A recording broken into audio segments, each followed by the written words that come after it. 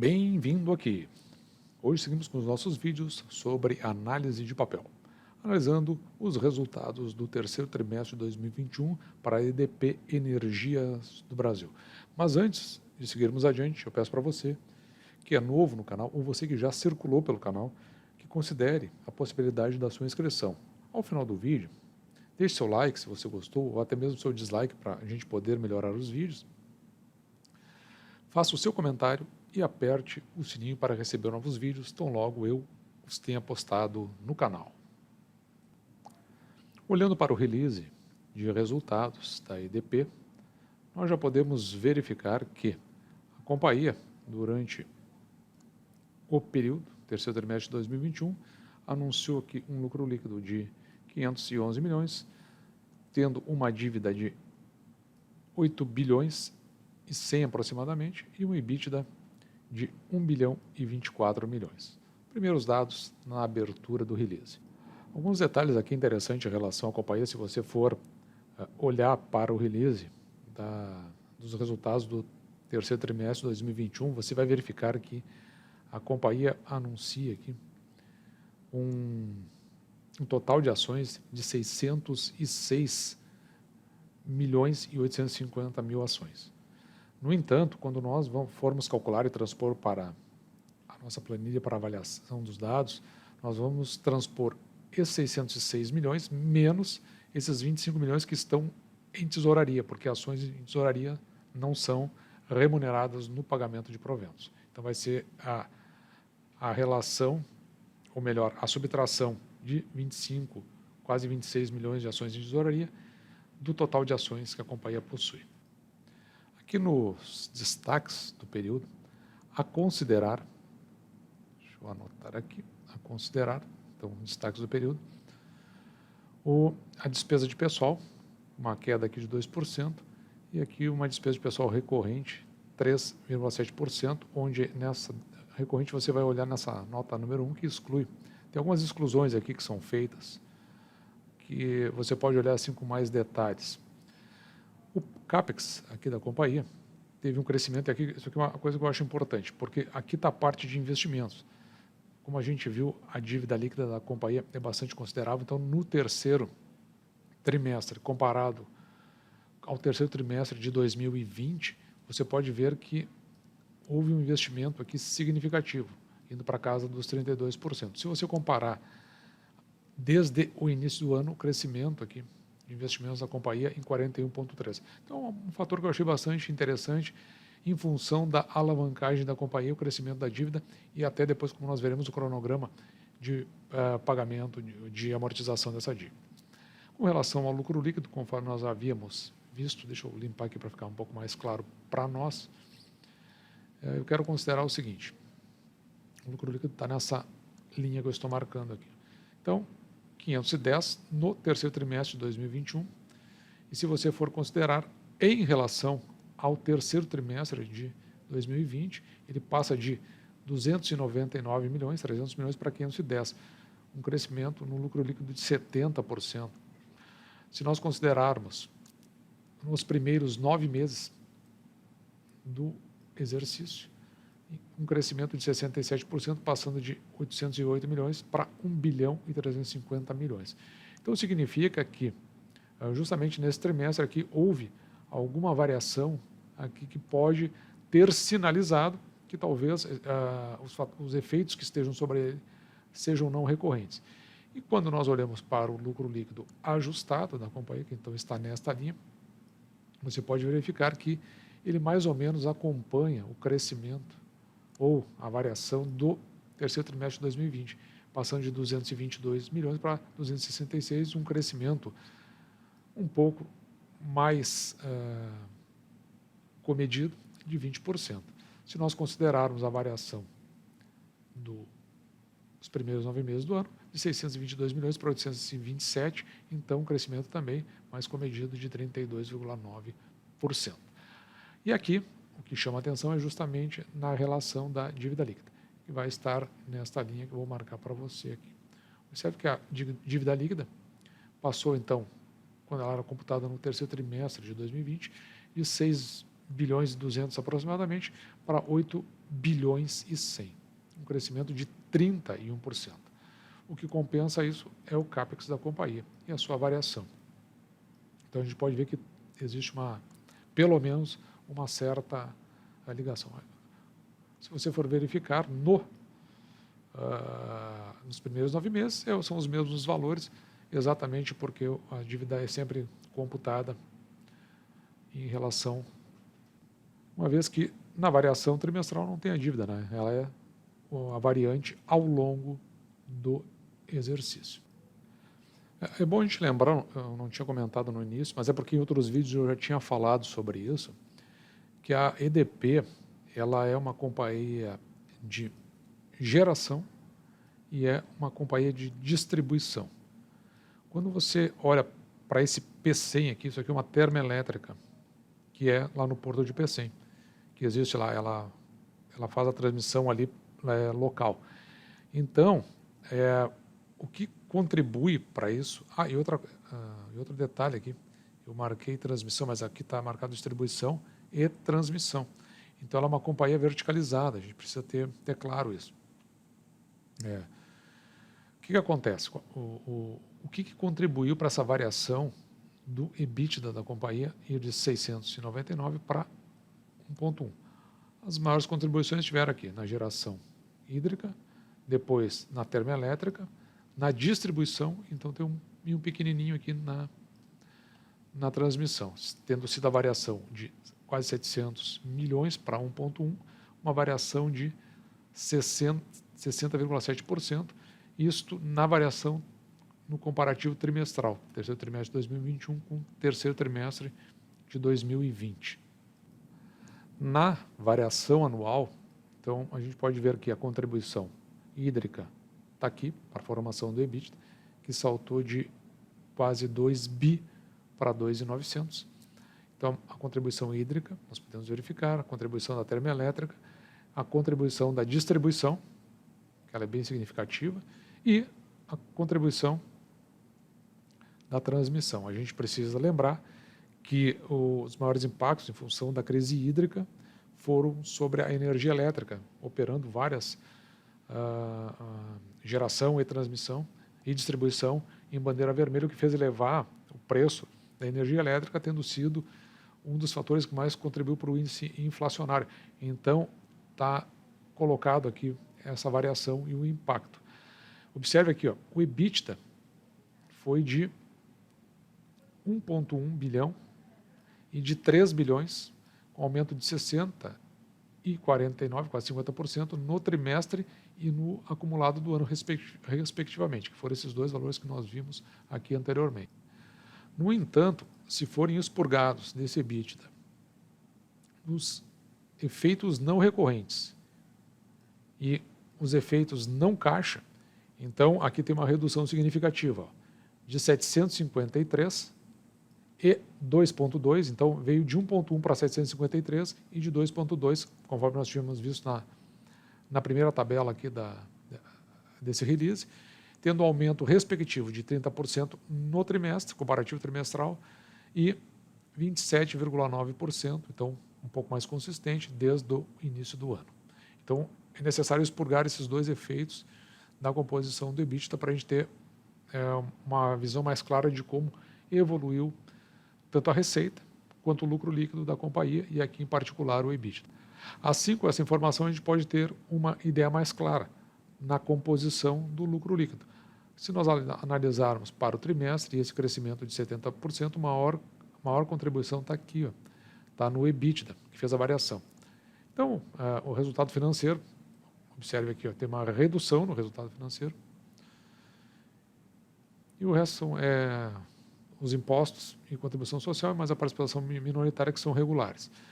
Então, aí a equivalência patrimonial que teve 33 milhões aqui de variação. Isso é o que fez saltar o EBITDA de 300 no comparativo trimestral para 511. Vamos dar uma olhada agora no comparativo anual. É até importante porque a gente avalia o lucro líquido, né? Porque é justamente do lucro líquido que sai o valor em função do payout médio da companhia a ser distribuído entre os acionistas, e o foco aqui desse canal é justamente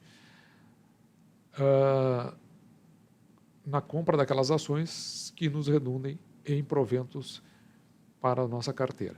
Então, o lucro líquido no anual saiu de 808 para 1 bilhão e 400 aproximadamente. E o maior fator de contribuição, de novo, está aqui no EBITDA da companhia, na variação do EBITDA. Demais, resultado financeiro aqui, para a gente verificar que pode chamar mais atenção no ano, né, esse resultado negativo.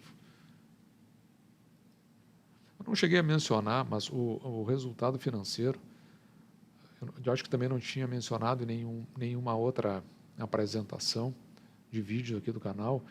O resultado financeiro, ele diz respeito a lucro ou prejuízo decorrente daquelas atividades que não estão relacionadas com as atividades operacionais. Então, lembrando que as atividades operacionais são aquelas que levam até a concretização ou realização de um produto ou serviço da companhia. Então, outras atividades que a companhia possui que não estão vinculadas com essas operacionais, no caso aqui da EDP, está com um resultado negativo.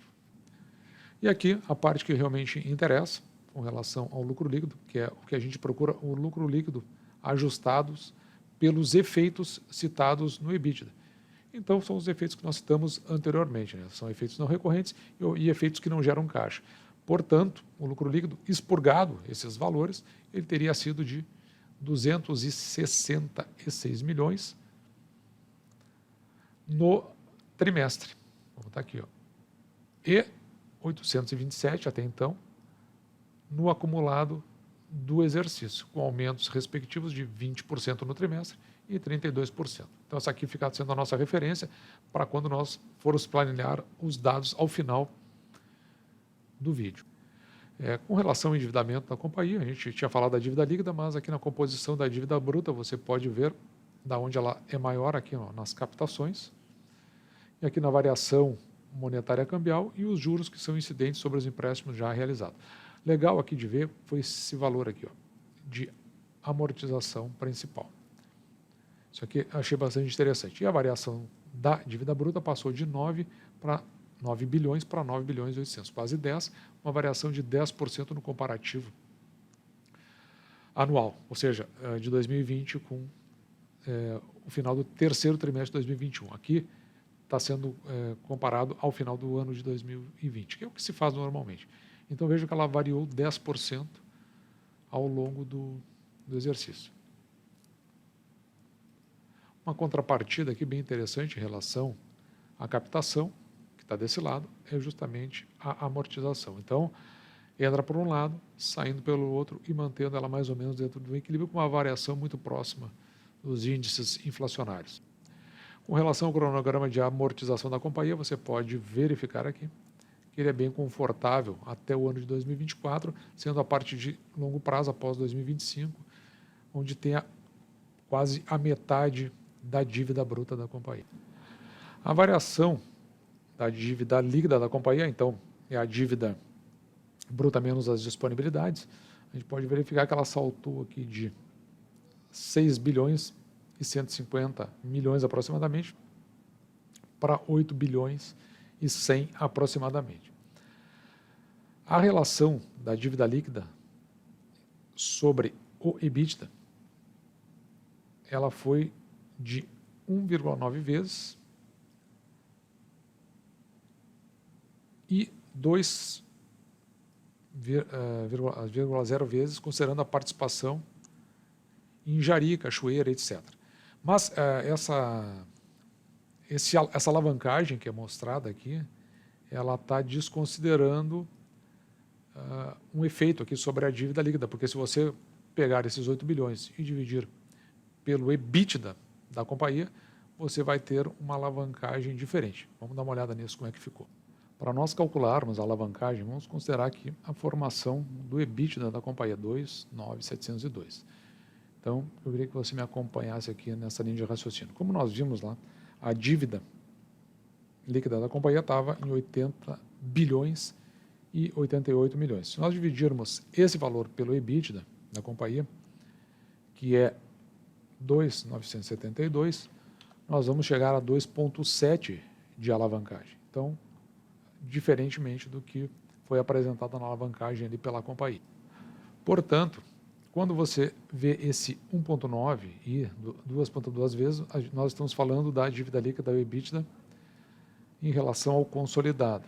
No entanto, se nós pegarmos a dívida líquida sobre o EBITDA ajustado, então nós vamos trabalhar com 2,7, que me parece mais adequado para a gente verificar a alavancagem. De qualquer forma, essa pequena variação aí, pode não ser significativa, ela, dependendo como cresce a dívida, pode gerar impacto, porque é a partir da alavancagem, até o limite de alavancagem estatutário da companhia, que é um dos requisitos para que ela possa fazer ou não a distribuição de dividendos. Se estiver muito alavancado, ela vai dar uma segurada. Outro aspecto que me chamou bastante atenção está aqui, a composição do indexador de parte da dívida. 42% da dívida está vinculado com o IPCA. Aqui, confortavelmente, 47% com o CDI e 9% com taxa de juros de longo prazo. Mas esses 42% ao IPCA, dependendo da variação da inflação, pode gerar um impacto significativo no custo médio da dívida. E você pode verificar que hoje o custo médio da dívida está em 8,3. Então, está acima da Selic. A taxa Selic está em 7,75. E você que acompanha o canal sabe que a gente gosta de olhar o fluxo de caixa para ver se aquele lucro lá que estava apontado no início da apresentação, o lucro líquido principalmente, ele teve reflexo no caixa da companhia. Então, vamos dar uma olhada. O que a gente observa aqui? Ó, caixa líquido das atividades operacionais. Então você observa aqui que ele está negativo, menos 85. No entanto, a gente sabe que o lucro líquido ele foi positivo, teve um crescimento de 70% na melhor hipótese, né? Depois tirando os efeitos não recorrentes ele ia para 30%. No entanto, você observa que o caixa das atividades operacionais está negativo. O que é? O que significa isso? Que aquilo que a companhia teve de custos para produzir os seus serviços e produtos que foram entregues, não pagou por eles, né? Ou melhor, foi a mais do que o retornou na venda dos seus produtos e serviços. Então, por isso que o caixa deu negativo. Isso aqui é algo que a gente precisa observar, principalmente se a gente considerar que no acumulado do exercício anterior também já tinha um valor negativo, e essa evolução aqui nos chama bastante atenção ao observar o comportamento da geração de caixa da companhia. Por outro lado, se nós olharmos para cá, e a gente faz uma avaliação bem resumida, porque, claro, é o tempo do canal, mas o ideal é que você faça isso aqui de uma forma mais abrangente, olhando direitinho o que veio a compor, por exemplo, aqui o caixa líquido das atividades de investimento que deu positivo. E aqui você sabe, no canal, que a gente quer que esse valor seja negativo, porque ou a companhia adquiriu um ativo, que pode ou não, né, mas a gente espera que sim, vir a gerar novas receitas, ou ela fez o investimento no mercado financeiro. Então, esses 400 aqui positivos nos dão um sinal que não está muito bom nesse contexto. Eu deixei marcada a conta aqui para você melhor entender, porque quando você vê esse número, é o número da conta, que é o caixa líquido das atividades de investimento, você pode ver que o maior fator que contribuiu aqui para esse 416, na verdade, ele não é ruim, não. Ele é dividendos e juros sobre o capital próprio que foi recebido. Então, provavelmente vieram de alguma controlada. Então, não chega a ser ruim e ele foi compensado nessa redução de 745 para 416 por esses dois aumentos de capital aqui, social da companhia. Um é o aumento do capital real e o outro é um adiantamento para futuro aumento de capital. Então, aqui, sem problemas. E no caixa líquido, que é essa conta 603, a gente pode ir até o final dela aqui, ela está negativa. E quando ela está negativa, isso é um fator positivo. A gente vê com positividade. Por quê? Significa que a companhia pode ter pago empréstimos e também pode significar que a companhia pagou os proventos. É justamente aqui desta conta que vem o pagamento dos nossos proventos. Então, duas notícias bem positivas para os investidores da companhia. A primeira está aqui, pagamento de proventos, e a segunda é amortização de dívida, que está colocado aqui embaixo. Além disso, você lembra que eu falei daquelas ações em tesouraria? Então tem uma recompra de ações em tesouraria. Isso aqui também é algo interessante porque faz diminuir a base acionária, significa que na distribuição de proventos, conforme nós vimos aqui, haverá um maior quantitativo a ser distribuído entre os acionistas. Normalmente essa medida ela pode, não estou dizendo que está associado com, por exemplo, a reforma tributária e aquela taxação de proventos entre 15% e 20% que ainda tramita no Senado. Então pode ser uma antecipação, mas de qualquer forma eu vejo como uma coisa positiva. E para finalizar, você observe aqui a finalização do caixa da companhia. Ele teve essa redução de 907 milhões para 78 milhões. Então, uma companhia que teve algum impacto negativo sobre o seu saldo em caixa. E agora, para finalizar, vamos trazer todos os dados que nós abordamos durante essa análise e vamos colocar na nossa planilha. Você observa aqui, em primeiro lugar, o preço sobre o lucro. Então, o preço da ação dividido pelo lucro por ação. A gente verifica que isso aqui está em 5,19, significa que se você investir na companhia, você tem a oportunidade de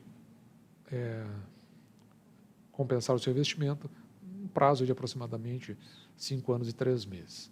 O preço da ação, pelo valor patrimonial da ação, que a gente sempre frisa aqui no canal, significa que tem um valor lá cotado para a ação. Se nós pegarmos todo o patrimônio da companhia, que foi colocado no seu balanço, e dividirmos pelo número de ação, nós vamos ter um resultado, que é o valor patrimonial por ação.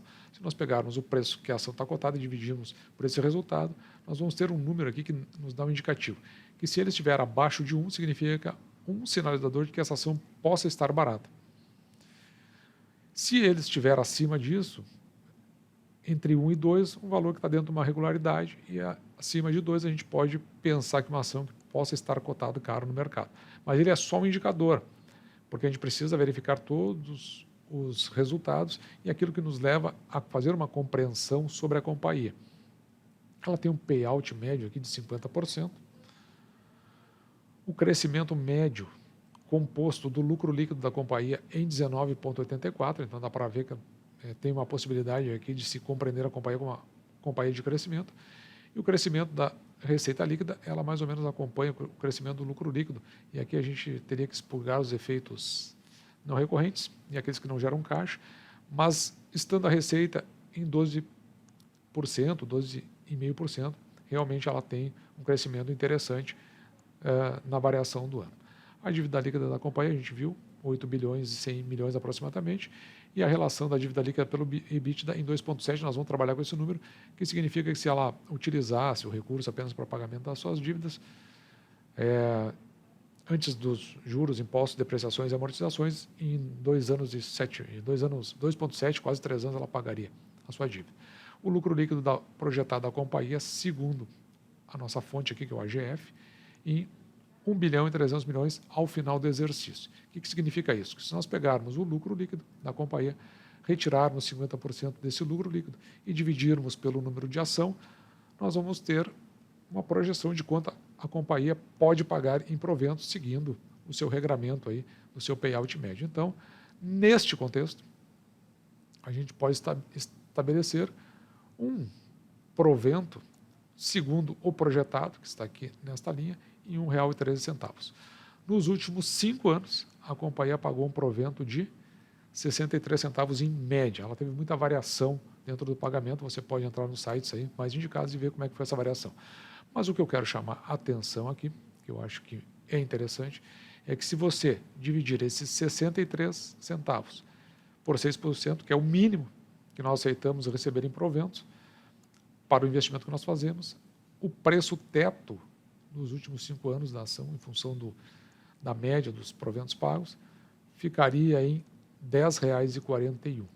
Se nós pegarmos esse R$ 1,13 e dividirmos por 6%, então o preço teto do projetado da ação ficaria em 18,83%.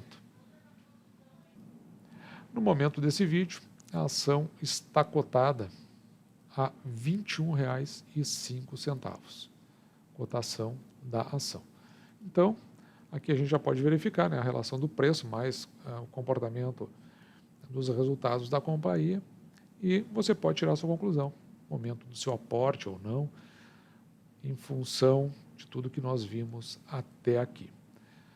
Da minha parte, é uma ação que não está no meu radar, não entrou no meu radar, eu não consegui ver nessa ação nada que me chamasse atenção para que eu pudesse avançar sobre o investimento, mas não considero uma companhia ruim. É uma elétrica e é uma ação que é tradicional pagadora de dividendos. Então, esse foi o nosso vídeo de hoje. Eu espero que você tenha gostado.